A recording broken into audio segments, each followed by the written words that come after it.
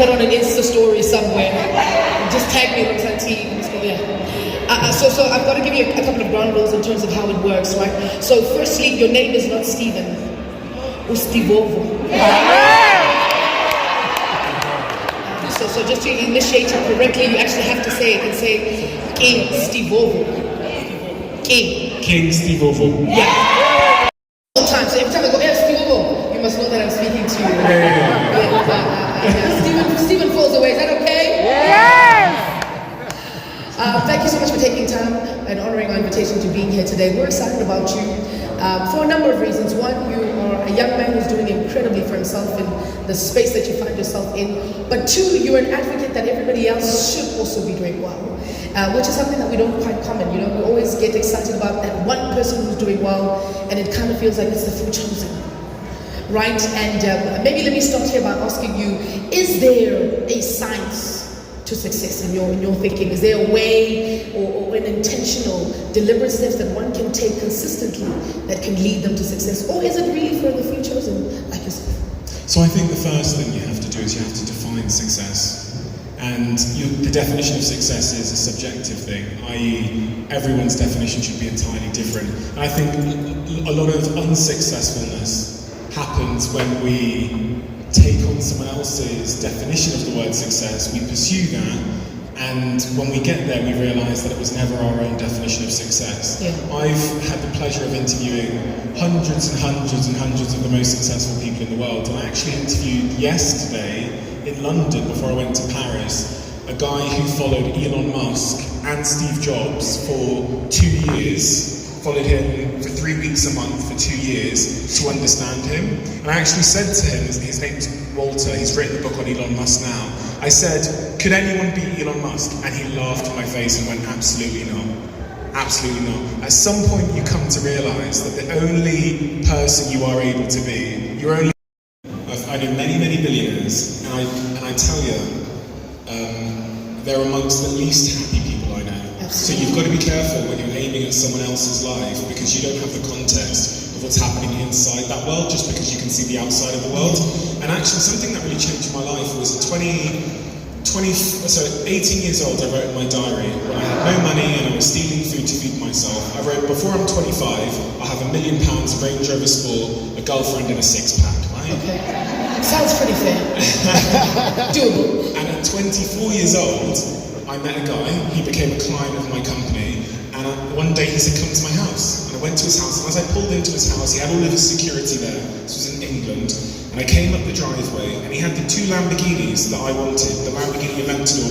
He had all the sports cars out there, every single thing. He took me upstairs, we had a long conversation. That night I actually slept in his Louis Vuitton room, because he's got so much Louis Vuitton. There's this one room where he's just had to try and store it all. He's got a fur coat room, a Louis Vuitton room, one room which is the size of this stage, which has got all of his trainers in it. And that same night, by the pool, he told me how lonely and unhappy he was, and asked me to sleep in bed with him that night because he felt so lonely. So I got to see, at 24, the guy I was trying to become. And I got to see behind the scenes that the guy I was trying to become was a miserable one. And in that moment, I took stock of my life, and that's when I actually sold all the nice stuff that I have. You'll never see me in an outfit that isn't this one. You'll never see me wearing a flash watch. I don't have a sports car. I have lots of privilege in my life, but it allowed me to focus on what success is inside, right? And success inside is it's those 5 things I've said. It's having a great relationship with my girlfriend. It's having a great relationship with my friends and family. And it's being, having that feeling of freedom. So, yeah, ladies, you heard that, right? It didn't slip by, right? You said a lot of things, but you said. I could have gone back when I quit that job in that call centre. I could have gone back, and with type 2 decisions in life, he says you make those as fast as you possibly can. Coming back to the hair failure in my business, there are so many things we're guessing about. We're trying to figure out the YouTube algorithm, we're trying to figure out the Instagram algorithm, we're trying to figure out this, that, the other. We could sit around all day in a boardroom, debating with each other, trying to figure out who's right. Or we can do what scientists do, and we can conduct an experiment very, very quickly. So let me give you a really practical example. We could sit there all day and try and figure out what the perfect thumbnail for a video is, right? Yeah. Or we could make 100 of them, run them all as Facebook ads with £2 behind them, $2 behind them, and then we get the answer back. Wow. We could sit there and debate what's the best poster to put up here, or we could get 5 posters, run them as a Facebook ad with $2 behind them, and get the answer back. We can do this with everything in our company. We can treat every decision like an experiment and use the scientific model of have a hypothesis, test one variable, and form a conclusion. And honestly, the greatest companies on earth, they don't sit around guessing, they conduct more experiments, and they fail more often than their competition. And on a personal level, because the word failure is quite loaded, it sounds like it's the same as being unsuccessful. But we all know, there's this thing in society about quitting. People say quitting is for losers, right? And whenever one of your friends starts a new business or a new job, you all clap and celebrate and bring them champagne. But logically, we all know that the unavoidable thing you have to do before you start something else is quit something else. I couldn't have become an entrepreneur had I not quit university. You can't start a new marriage until you quit the last one. Well, you could, but It's tricky. So quitting is for winners. The most successful people I've met are the best quitters in the world. They don't overstay their welcome in situations that aren't serving them by walking away. We got kicked out, then they let me back in, and then I quit university after one day. Then I started a company, quit after 2 years out of the blue. Started another company, very, very big, and then I quit that out of the blue, up 6 years in, before a really big moment where the company was going into a big stock exchange. But every time I quit, I felt such peace in me. It didn't feel like a difficult decision. And so I wrote down this framework in my head, which kind of goes like this. Are you thinking about quitting something? If the answer is yes, there's typically one of 2 reasons. And I keep these intentionally vague so you can make the shoe fit. I'm thinking of quitting because it's hard, okay? The next question should be, is the hardship worth the reward on offer? So you're running a marathon, you're doing a charity event, it's really difficult. But the rewards on offer for that hardship are worth it. If the hardship is worth the reward, you shouldn't quit.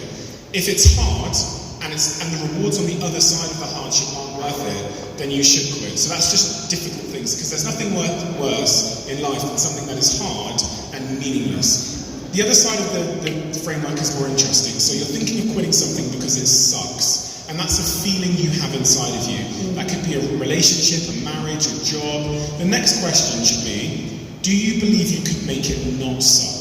Is there something you could do, a conversation you could have, going to marriage counselling, having that conversation with your manager or your boss? Do you believe you could make it not suck? If it sucks and you believe you couldn't make it not suck, quit.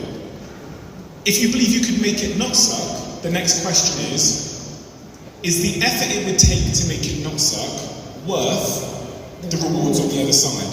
So going to marriage counselling, right? Having that difficult conversation, is the job or the marriage on the other end of that process even worth it for you? And in my life, in my last company, it sucked. I did believe I could make it not suck. But it would probably take me years and years of my life to turn everything around. And quite frankly, the rewards on offer for me just weren't there. And if you want that framework, just type in on Google or whatever, just type in Stephen Bartlett quitting framework and it will show you it. And you can run your situation through it. If you believe you couldn't make it not suck, you quit. If the rewards on offer for the fight that it would take to make it not suck aren't worth it, quit. But if you believe you could turn the situation around and the rewards on the other end of that situation are worth it, then you should stay and fight. And there's many times in our life where something's difficult, we have to. South Africa is in a very interesting place right now, right? Siyagowisha. And oftentimes when you are living in a climate like this where you're trying and you're pushing, but the economics are not adding up, the numbers, we say the maths is not mathsing, and you're trying your very level best to push through, it can get frustrating, it can get discouraging. How do we then deal with this new concept of success and being okay with failure, but also living in a world that doesn't feel the same? The fact that you got it wrong means you got it wrong. And there's no room for us to make mistakes. You don't get a second chance. If you don't get it right the first time, nobody's looking at you the second time. How do we push through? Well, the last point there about if you get it wrong the first time, nobody's looking at you the second time. I got it wrong more than anyone in this room. I think the reason why I'm on the stage is because I failed more, faster, and at a younger age than probably most people in this room. I was failing at 12, I launched a website at 13, that went nowhere. I started another business at 14, that went nowhere. 15, 16, went nowhere. 17, even the business I started at 18 that I ran for 2 years and raised investment in, went nowhere. Sure. And I did that till I was 20. So I raised money from investors for a business at 18 years old, and the business failed. But then the next business made hundreds and hundreds and hundreds of millions. And, you know, when I look back on that, I know, whether anyone else knows it or not, that all of the money was made when I was 12, and 13, and 14, and 15, and 16, and 17, because that was my university. And even that business that failed, the one that raised investment for, the reason, if I zoom in on it and tell you why that failed, it was a student notice board for all of the universities in the UK, and near the end of it, I was trying to figure out I ran out of money, and I was trying to figure out how to get students to come. This was about more than 10 years ago. And then I discovered this thing called social media, and I started using social media to drive students to my website. We ran out of money, it went, you know, the business failed, but in the process, I'd learned about social media. And my next business, which literally, I took 2 members of the team, started a new business, was a social media business that went on to have 700 employees around the world, became a huge business and changed my life. It was born out of the graveyard of failure. You don't have to be willing to do that in your life. But I know for a fact, because I've interviewed 300 of the most successful people on earth, if you do want outsized success, you're going to have to take some risks. And the greatest risk, and this is the paradox of risk, the greatest risk ends up taking no risk at all. When they interview people on their deathbeds and ask them, a lady called Brony Ware, she interviewed people the day before they died, and she said, "What's your biggest regret?" Can you imagine the clarity you'll have in that moment on how you lived your life and what you cared about and what you worried about and what you did, what risk really was in your life? And those people, none of them said, "I'm so glad that I didn't mess it. Like, I'm so glad I didn't fail. I'm so glad I didn't take a risk." They all said the opposite. That their number one regret of the dying was not living the life that they know they could have lived. Sure. So take it. In our lives, what's your one advice for someone who wants to pivot and really just get to the point where I'm going, I'm handling my money right, my family is okay, my career is sitting right, I'm in a good space? What would you say to them? Well, I'm going to answer with something that I heard you mention briefly a second ago, which is I think a lot of success comes down to sweating the small stuff. And what I mean by that is in every aspect of our lives, including our finances, including our health, they're either compounding for or against us invisibly right now. The example I'll give you is, don't brush your teeth today. You'll be fine. Don't brush your teeth every day this week. You'll be fine. Someone might make a comment, but you'll be fine. Don't brush your teeth every day for 5 years. You'll be in a dental chair and they'll be ripping the teeth out of your mouth while you're in agony. When did it happen? When did the decay start? It started today. When there was something that was easy to do that you overlooked, because the things that are easy to do in life are also easy not to do. It's easy to save $1, so it's also easy not to. It's easy to brush your teeth, so it's also easy not to. A competitive advantage in business, but also just generally in life, is caring more about the smaller things, is sweating the small stuff. This is why, maybe the most used phrase to one of my teams, some of the team members are here today, is this phrase 1%. We actually have an internal company channel called 1%, where we all share tiny little things that we've improved. I've sat there with the very, very best in the world. I sat there with a guy called Sir David Brailsford, who took the British cycling team from being down and out and awful to the best cycling team in the world of all time just a couple of years later. He's famous in that book, Atomic Habits by James Clear, for how he did that. He didn't focus on the podium, he didn't focus on the medals, he focused on the smallest things and found as many of those as he could. And if you find 100 of those, that's 100% gain, theoretically, right? It's a little bit more than that because of how things compound. So instead of trying to make the team, I don't know, get a completely new bike, he just made the water bottles a little bit bigger. And then instead of trying to find a more talented, genetically insane rider, he made the pillows in the hotel rooms a bit softer.